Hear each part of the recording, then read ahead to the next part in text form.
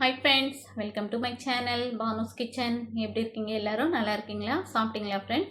இன்றைக்கி ஒரு சூப்பரான ரெசிபி தாங்க செய்ய போகிறோம். அது என்ன அப்படின்னு சொன்னால் மட்டன் கோலா உருண்டைங்க. இது எல்லாருக்கும் பிடிக்கும். இதுக்கு இன்னொரு பேரும் இருக்குங்க. அது என்ன அப்படின்னு சொன்னால் மட்டன் கோஃப்தா கறி சொல்லுவாங்க. அது எப்படி செய்யுதுன்னு பார்க்கலாமா? அதுக்கு நான் மட்டன் 500 கிராம் எடுத்துருக்கேங்க. அதில் அந்த எலும்பெல்லாம் தனியாக எடுத்துட்டு அதோட அந்த ஃப்ளஷ் மட்டும் மிக்சியில் போட்டு நல்லா அதை கைமா பண்ணிகிட்டு இருக்கேன். இதுக்கு தேவையான மசாலாஸ் எல்லாம் நான் டிஸ்கிரிப்ஷனில் தரேன், சரிங்களா? அதோட அளவுகள் எல்லாம் நீங்கள் அதில் செக் பண்ணிக்கிங்க ஃப்ரெண்ட்ஸ். இப்போ எடுத்துருக்க இந்த மசாலாஸ் எல்லாம் இதில் ஆட் பண்ணிடலாம். இதில் என்னென்ன மசாலா ஆட் பண்ணியிருக்கேன் அப்படின்னு சொன்னால் மஞ்சத்தூள், மிளகாய்த்தூள், தனியாத்தூள், அப்புறம் சீரகத்தூள், சோம்புத்தூள், பெப்பர் பவுடர், அப்புறம் ஜிஞ்சர் கார்லிக் பேஸ்ட்டு ஆட் பண்ணியிருக்கேங்க. ஜிஞ்சர் கார்லிக் பேஸ்ட்டு கொஞ்சமாக ஆட் பண்ணுங்கள். அப்புறம் இதில் கொத்தமல்லியும் வச்சு அரைச்சிருக்கேங்க நான். இப்போ இது நல்லாவே எல்லாமே மிக்ஸ் பண்ணியாச்சுங்க. இதுக்கு பைண்ட் ஆகிறதுக்கு கொஞ்சமாக பொட்டுக்கடலை ஒரு 3 ஸ்பூன் போட்டு மிக்ஸி ஜாரில் நல்லா பவுடராக அரைச்சிடுங்க. அந்த பவுடரும் இதில் மிக்ஸ் பண்ணிவிட்டு நல்லா ரவுண்டாக உருண்டையாக பிடிச்சி எண்ணெய் சூடானதுமே இந்த மாதிரி போட்டு எல்லாமே நல்லா நம்ம வடைலாம் எப்படி அதை பொரித்து எடுக்கிறோமோ அந்த மாதிரி பொரித்து எடுத்துக்கோங்க.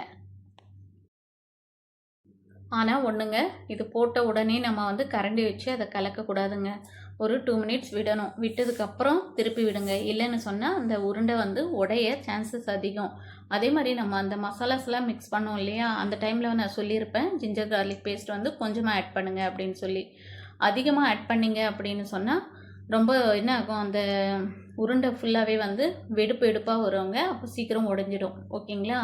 நெக்ஸ்ட் இதுக்கு கிரேவி ரெடி பண்ண போகிறோம். அந்த கிரேவிக்கு என்ன பண்ண போகிறோம் அப்படின்னு சொன்னால், இப்போ நான் பொரிச்சேன் இல்லையா, அந்த எண்ணெயை யூஸ் பண்ணிக்கிட்டேன். இந்த எண்ணெயிலே நம்ம தாளித்தோம் அப்படின்னு சொன்னால் அந்த மட்டன்லாம் அந்த பொரிச்சு எடுத்தோம் இல்லையா, அந்த ஸ்மெல்லாம் இன்னும் கொஞ்சம் நல்லா என்ஹான்ஸ் பண்ணி கொடுக்கும். அதனால தாங்க இதை எடுத்திருக்கேன்.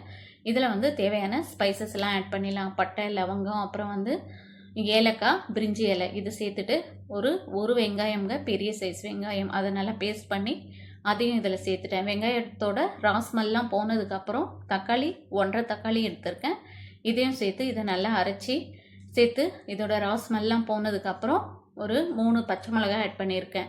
இது மசாலா எல்லாம் நல்லா குக் ஆகிடுச்சிங்க. இந்த டைமில் இதுக்கு தேவையான மசாலா சேர்த்து மிளகாய்த்தூள், மல்லித்தூள், அப்புறம் மட்டன் மசாலா கொஞ்சம் ஆட் பண்ணியிருக்கேன். சீரகத்தூள் கொஞ்சம், இது கூடவே மஞ்சத்தூள் கொஞ்சம், இதெல்லாம் போட்டு இதோட ராஸ்மெல்லாம் போகிற வரையும் நல்லா வதக்குங்க. வதக்கியாச்சு. இப்போ தேவையான உப்பும் சேர்த்துடலாம். இப்போ பாருங்கள், இதோட எண்ணெய் பிரிஞ்சு வரட்டுங்க. அப்போ தான் அந்த தக்காளி, வெங்காயம் நம்ம சேர்த்துருக்க அந்த மசாலாலாம் அதோட ராஸ்மெல்லாம் போயிட்டு இது பாருங்கள் எண்ணெய் பிரிஞ்சு வந்துடுச்சிங்களா. இந்த ஸ்டேஜில் என்ன பண்ண போகிறோம் அப்படின்னு சொன்னால் ஒரு 2 ஸ்பூன் தயிர் சேர்த்துருக்கேன். தயிரும் சேர்த்து அதை நல்லா கலந்து கொடுத்துருங்க. கலந்து கொடுத்துட்டு இப்போ இதுக்கு தேவையான கொத்தமல்லி ஆட் பண்ணிடலாம். கொத்தமல்லி ஆட் பண்ணிவிட்டு அதுக்கப்புறம் இந்த மட்டன் அந்த ஃப்ளஷ் மட்டும் எடுத்துகிட்டு எலும்பெல்லாம் இருந்ததுங்க. அது ஒரு குக்கரில் போட்டு ஒரு கிளாஸ் தண்ணி ஊற்றி கொஞ்சம் உப்பு, மஞ்சத்தூள்லாம் போட்டு வேக வச்சுட்டேன் நான். அந்த மட்டனும் இதில் சேர்த்துட்டு அதை நல்லா அந்த எண்ணெய் பிரிஞ்சு வர அளவுக்கு அதை நல்லா நம்ம கலந்து கொடுத்துட்டு தேவையான அளவு எவ்வளோ நமக்கு தண்ணி வேணுமோ அந்த தண்ணியை சேர்த்துக்கோங்க. சேர்த்துட்டு உப்பு காரம்லாம் ஒரு முறை செக் பண்ணிக்கிங்க. இப்போ இது குழம்பு ரெடி ஆகிடுச்சிங்க. இப்போது இந்த நம்ம கோலா உருண்டை இருக்கு இல்லையா, அதை எடுத்து இதில் கலந்து விட்டுருங்க. கலந்து விட்டுட்டு ஒரு 2 மினிட்ஸ் மூடி போட்டு மூடி அப்படியே அது குக்காக விட்டுருங்க.